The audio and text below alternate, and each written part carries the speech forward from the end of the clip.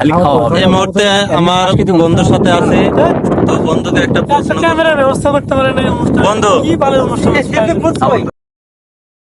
হঠাৎ করে তোমার প্রাক্তন এসে যদি বলে আমি আবার তোমার হতে চাই, তাহলে তুমি কি বলবে? আমার তো কোনো প্রাক্তনই নাই,